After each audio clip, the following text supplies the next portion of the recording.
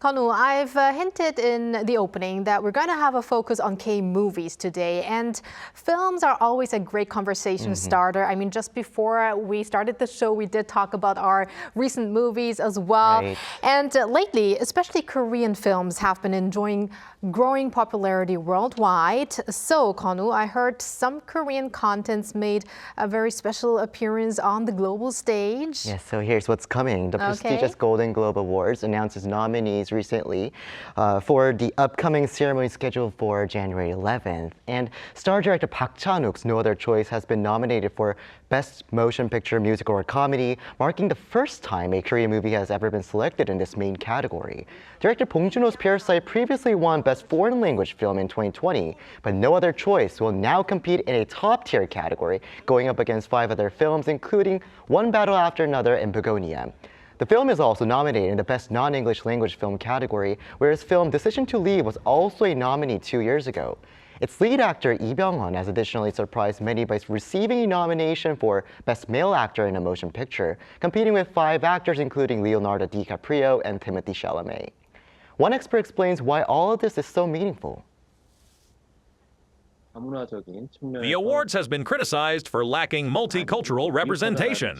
But after its hosting body changed several years ago, it began considering racial and cultural diversity much more. International awards also don't nominate actors out of nowhere. They look at global activities and achievements. Lee Byung-hun's longtime work in Hollywood was likely taken into account, giving him a chance to actually win.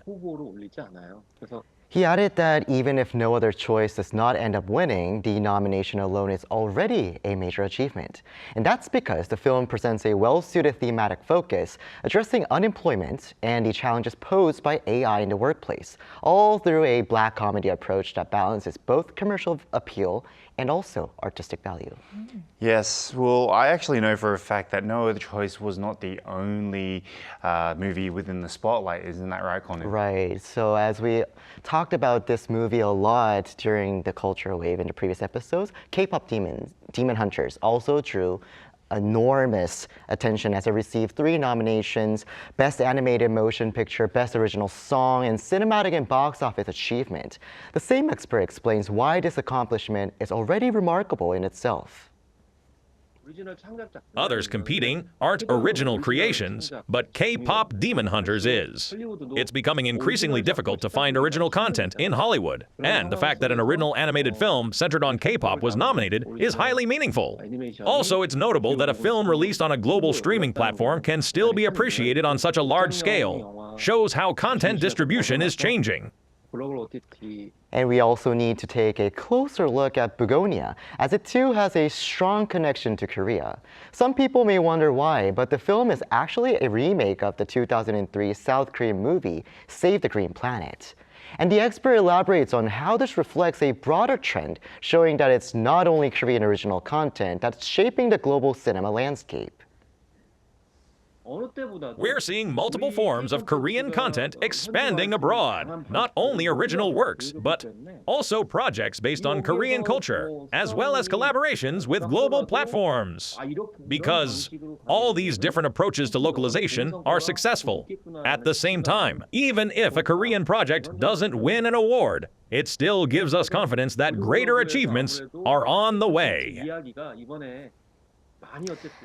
I remember how we talked about Bugonia with our movie expert Jae So. Also, it was 지구를 지켜라 in Korean back in the years. So that also really shows how this year, particularly, it was a year for Korean movies from various aspects. Right. So, but here's the question: how can Korea continue this momentum going forward? The same question I have.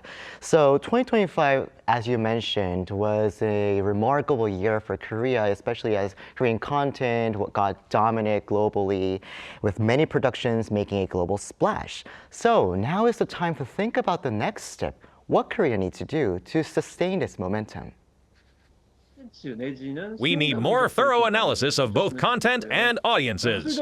More academic support and case-by-case studies are needed. If I were a Kcontent planner, I would create a global K-pop audition program, giving participants a mission to express what K-pop identity means through missions like cover dances. Then the essence of K-pop would naturally stand out. He added that platforms like Arirang TV could play a key role in this process, while also emphasizing that stronger government support will be necessary. Well, in that case, we're going to do our best again next year as well. But I find it very interesting how the expert talked about a K-pop edition program, because we've talked to people who support that field. For instance, a K-pop dance professor, as well as a K-pop cover dancer, and also a K-pop vocal instructor. So all of that may lead to a new program and new K-contents that everyone around the world can enjoy. Right. And maybe you could be a participant in there, Kun-woo. I will be, for Okay. sure. All right. Well, thank you very much for that interesting coverage again, Kun-woo, and see you next time. Thank you, Konu. Always a pleasure.